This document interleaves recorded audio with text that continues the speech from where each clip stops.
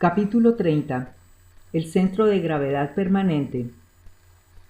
No existiendo una verdadera individualidad, resulta imposible que haya continuidad de propósitos.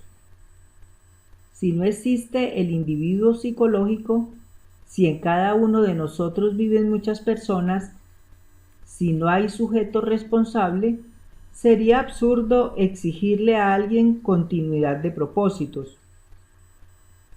Bien sabemos que dentro de una persona viven muchas personas, entonces el sentido pleno de la responsabilidad no existe realmente en nosotros.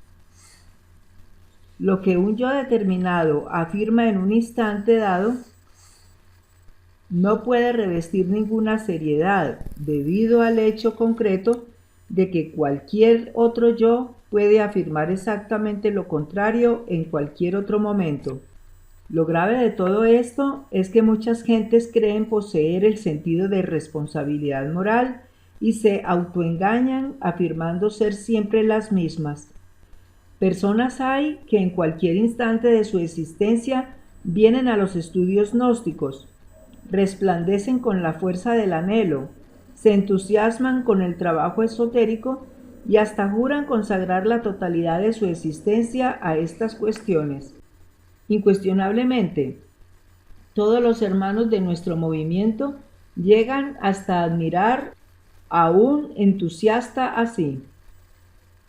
Uno no puede menos que sentir gran alegría al escuchar personas de esta clase, tan devotas y definitivamente sinceras. Sin embargo, el idilio no dura mucho tiempo. Cualquier día, debido a tal o cual motivo, justo o injusto, sencillo o complicado, la persona se retira de la gnosis, entonces abandona el trabajo y para enderezar el entuerto, o tratando de justificarse a sí misma, se afilia a cualquier otra organización mística y piensa que ahora va mejor. Todo este ir y venir, todo este cambiar incesante de escuelas, sectas, religiones, se debe a la multiplicidad de yoes que en nuestro interior luchan entre sí por su propia supremacía. Como quiera que cada yo posee su propio criterio, su propia mente, sus propias ideas, es apenas normal este cambio de pareceres, este mariposear constante de organización, de ideal en ideal, etc. El sujeto en sí no es más que una máquina que tan pronto sirve de vehículo a un yo como a otro. Algunos yoes místicos se autoengañan, después de abandonar tal o cual secta resuelven creerse dioses, brillan como luces fatuas y por último desaparecen. Personas hay que por un momento se asoman al trabajo esotérico y luego en el instante en que otro yo interviene, abandonan definitivamente estos estudios y se dejan tragar por la vida. Obviamente, si uno no lucha contra la vida, ésta se lo devora, y son raros los aspirantes que de verdad no se dejan tragar por la vida. Existiendo dentro de nosotros toda una multiplicidad de yoes, el centro de gravedad permanente no puede existir. Es apenas normal que no todos los sujetos se autorrealicen íntimamente. Bien sabemos que la autorrealización íntima del ser exige continuidad de propósitos y como quiera que es muy difícil encontrar a alguien que tenga un centro de gravedad permanente, entonces no es extraño que sea muy rara la persona que llegue a la autorrealización interior profunda. Lo normal es que alguien se entusiasme por el trabajo esotérico y que luego lo abandone. Lo extraño es que alguien no abandone el trabajo y llegue a la meta. Ciertamente, y en nombre de la verdad, afirmamos que el Sol está haciendo un experimento de laboratorio muy complicado y terriblemente difícil. Dentro del animal intelectual equivocadamente llamado hombre, existen gérmenes que convenientemente desarrollados pueden convertirse en hombres solares. Sin embargo, no está de más aclarar que no es seguro que esos gérmenes se desarrollen. Lo normal es que se degeneren y pierdan lamentablemente. En todo caso, los citados gérmenes que han de convertirnos en hombres solares necesitan de un ambiente adecuado, pues bien sabido es que la semilla en un medio estéril no germina, se pierde. Pero que la semilla real del hombre depositada en nuestras glándulas sexuales pueda germinar, se necesita continuidad de propósitos y cuerpo físico normal. Si los científicos continúan haciendo ensayos con las glándulas de secreción interna, cualquier posibilidad de desarrollo de los mencionados gérmenes podrá perderse. Aunque parezca increíble, las hormigas pasaron ya por un proceso similar, en un remoto pasado arcaico de nuestro planeta Tierra. Uno se llena de asombro al contemplar la perfección de un palacio de hormigas. No hay duda de que el orden establecido en cualquier hormiguero es formidable.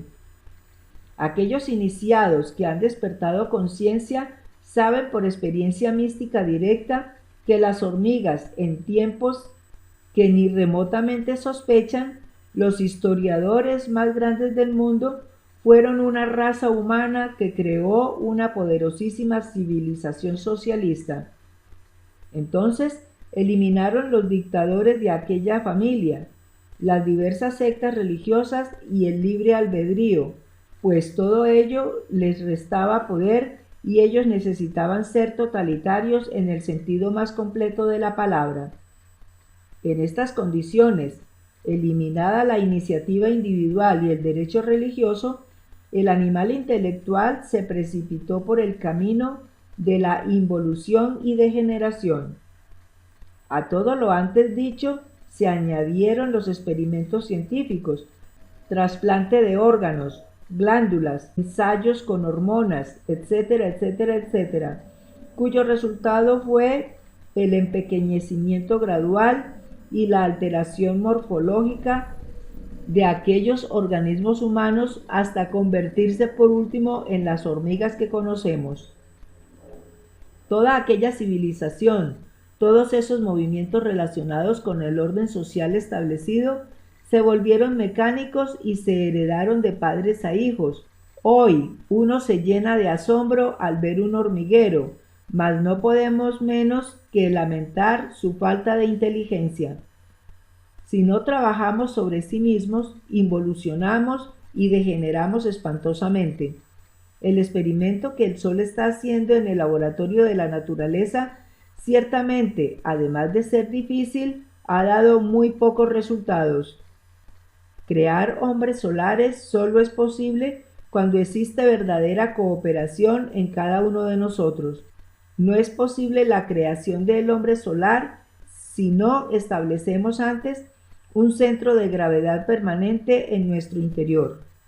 ¿Cómo podríamos tener continuidad de propósitos si no establecemos en nuestra psiquis el centro de gravedad?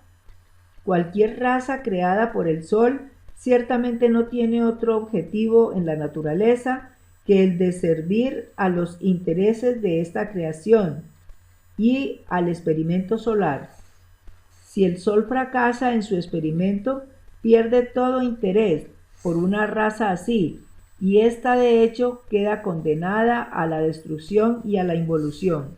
Cada una de las razas que han existido sobre la faz de la Tierra ha servido para experimento solar. De cada raza ha logrado el Sol algunos triunfos, cosechando pequeños grupos de hombres solares. Cuando una raza ha dado sus frutos, desaparece en forma progresiva o perece violentamente mediante grandes catástrofes. La creación de hombres solares es posible cuando uno lucha por independizarse de las fuerzas lunares. No hay duda de que todos estos yoes que llevamos en nuestra psiquis son de tipo exclusivamente lunar.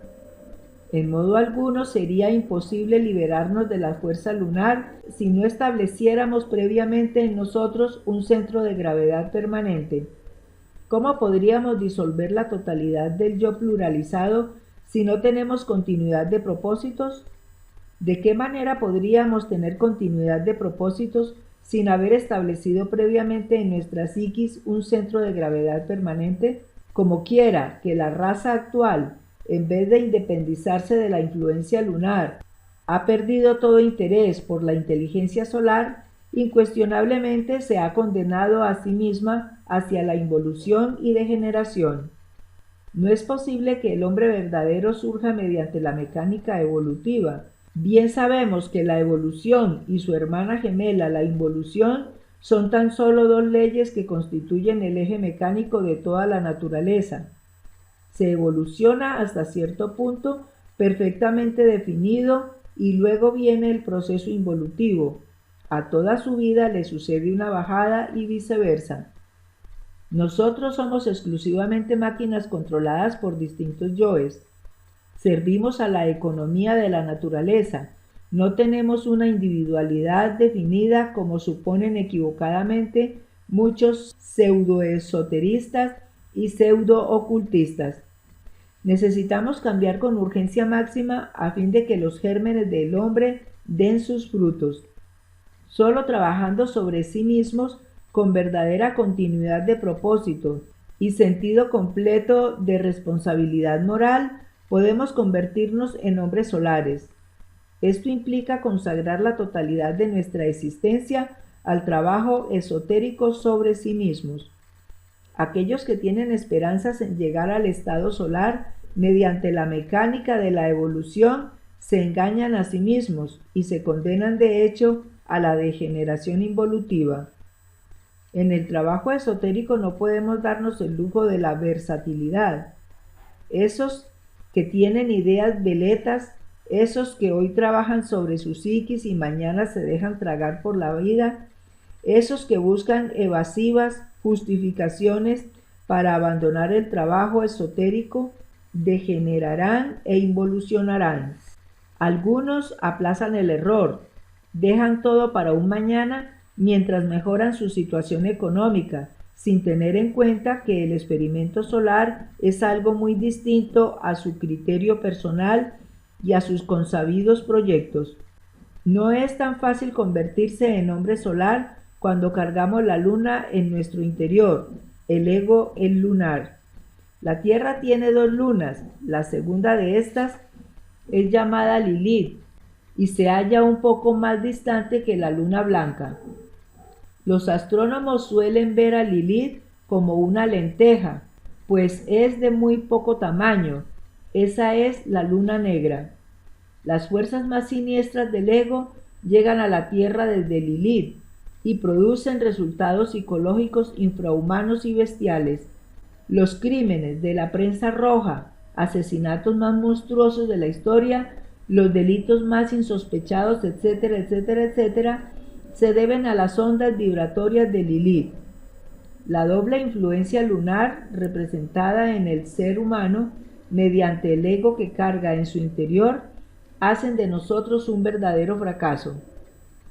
Si no vemos la urgencia de entregar la totalidad de nuestra existencia al trabajo sobre sí mismo, con el propósito de liberarnos de la doble fuerza lunar, terminaremos tragados por la luna, involucionando, degenerando cada vez más y más dentro de ciertos estados que bien podríamos calificar de inconscientes e infraconscientes. Lo grave de todo esto es que no poseemos la verdadera individualidad. Si tuviéramos un centro de gravedad permanente, trabajaríamos de verdad seriamente hasta lograr el estado solar. Hay tantas disculpas en estas cuestiones, hay tantas evasivas, existen tantas atracciones fascinantes que de hecho suele hacerse casi imposible comprender por tal motivo la urgencia del trabajo esotérico. Sin embargo, el pequeño margen que tenemos del libre albedrío y la enseñanza gnóstica orientada hacia el trabajo práctico podrían servirnos de basamento para nuestros nobles propósitos relacionados con el experimento solar. La mente veleta no entiende lo que aquí estamos diciendo. Lee este capítulo y posteriormente lo olvida. Viene después otro libro y otro, y al final concluimos afiliándonos a cualquier institución que nos venda pasaporte para el cielo, que nos hable en forma más optimista, que nos asegure comodidades en el más allá. Así son las gentes, meras marionetas controladas por hilos invisibles, muñecos mecánicos con ideas veletas y sin continuidad de propósito.